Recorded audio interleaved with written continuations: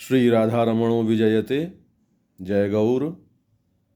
आप सभी के शुभ एवं मंगल की कामना करता हूं। संसार विषयक संदर्भ की यदि चर्चा करें तो थोड़ा गंभीरता से यदि विचार करें,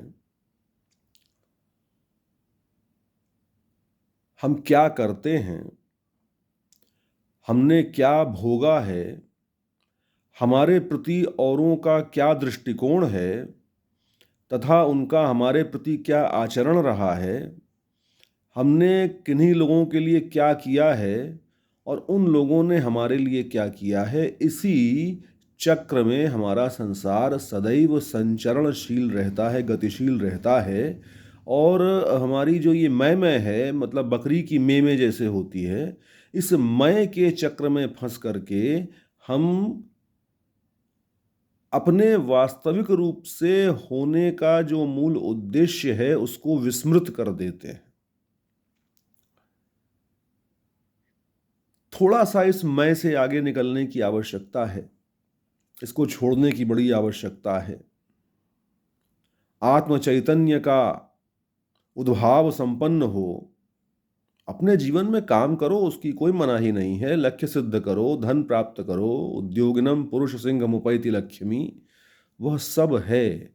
लेकिन जो कुछ भी प्राप्त कर रहे हो वह तुम्हारे लिए है, न कि तुम उसके लिए हो।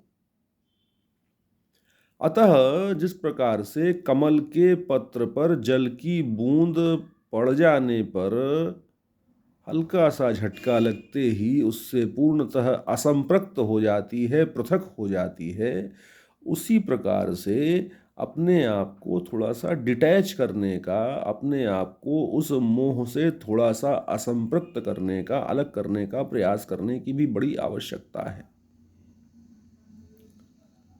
यह जो अहंकार है कि हमने सब कुछ किया, हम सब कुछ कर रहे हैं, इससे बड़ा भ्रम दूसरा कोई नहीं हो सकता। आप देखो कि आप श्वास लेते हो तो नॉस्ट्रल से सांस बाहर निकलती है, उसके बाद फिर पुनः अंदर चली जाती है। क्या इस पूरे ब्रह्मांड में कोई सबसे प्रभावशाली इंश्योरेंस कंपनी भी आपको इस बात की गारंटी दे सकती है कि आपकी नाक से निकली हुई सांस दोबारा आपकी नाक में प्रवेश करेगी ही? जब हमारा जीवन इतना नश्वर है, इतना नष्टप्राय है, जिस प्रकार से कमल के पत्ते पर या बरगद के पत्ते पर लटकती हुई पानी की एक बूंद की किस क्षण वह समाप्त हो जाए कोई नहीं जानता। तो अपने इस मोह को थोड़ा नियंत्रित करके अगर हम अपनी सामर्थ्य का विनियोग किसी न किसी रूप में ईश्वर की सेवा में, और मानव सेवा माधव सेवा मेरा तो उद्घोष है, जीवन का मूल सूत्र ही है।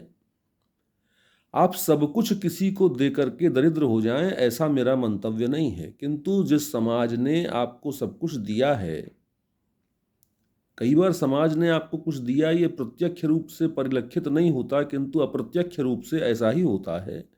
तो आप अपनी सामर्थ्य का एक अंश तो उसमें विनियोग करने का प्रयास करिए, चाहे धन से, चाहे शरीर से, चाहे अपने स्वभाव से, चाहे अपनी विद्या से, चाहे अपने संपर्कों से, चाहे अपने संसाधनों से।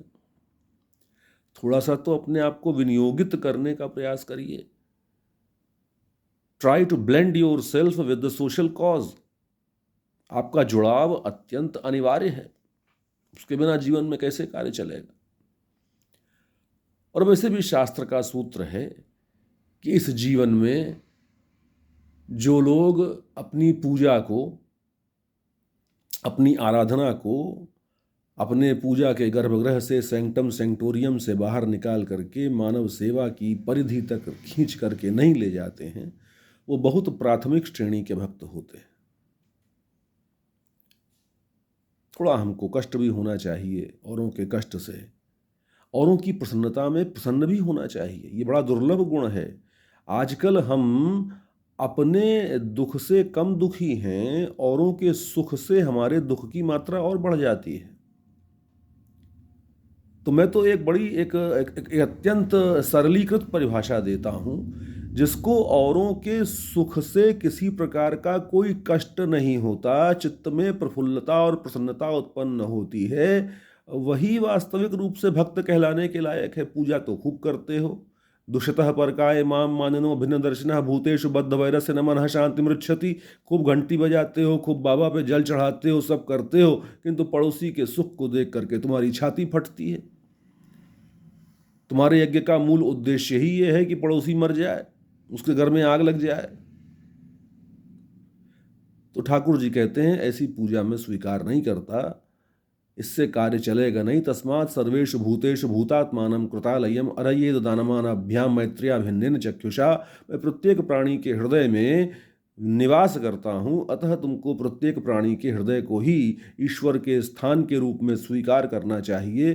और यदि तुम उसका पोषण कर सकते हो, उसको संभाल सकते हो, उसको मैनेज कर सकते हो अपनी सामर्थ्य के अनुसार, धन का ही नहीं अपने स्वभाव का दान करो। तुम्हारे साथ बैठ करके यदि किसी की आत्महत्या करने की वृत्ति शांत हो गई तो यह भी एक सहयोग ही है। तुमको देख करके, तुमसे बात करके किसी का चित्त शांत हो गया और पुनः उसके भीतर आशा का जागरण हो गया तो यह भी एक प्रकार का सहयोग है। Try to invest yourself for the social cause. अपने आप को समर्पित करो। तो सर्वत्र ईश्वर दर्शन करो, यथासंभव अपनी सामर्थ्य में रहते हुए, अपनी सीमा में रहते हुए, तो जीवन के लक्ष्य की प्राप्ति होगी। ये सब छोटी छोटी बातें हैं, ये सब लाइफ मैनेजमेंट है, मानव जीवन का प्रबंधन है। यदि आपको बात समझ में आती है तो आपके जीवन में भी अर्थवत्ता उत्पन्न होगी। आगे जैसी नारायण की इच्छा। आप सभी का शुभ हो, मंगल हो। जय श्री कृष्ण।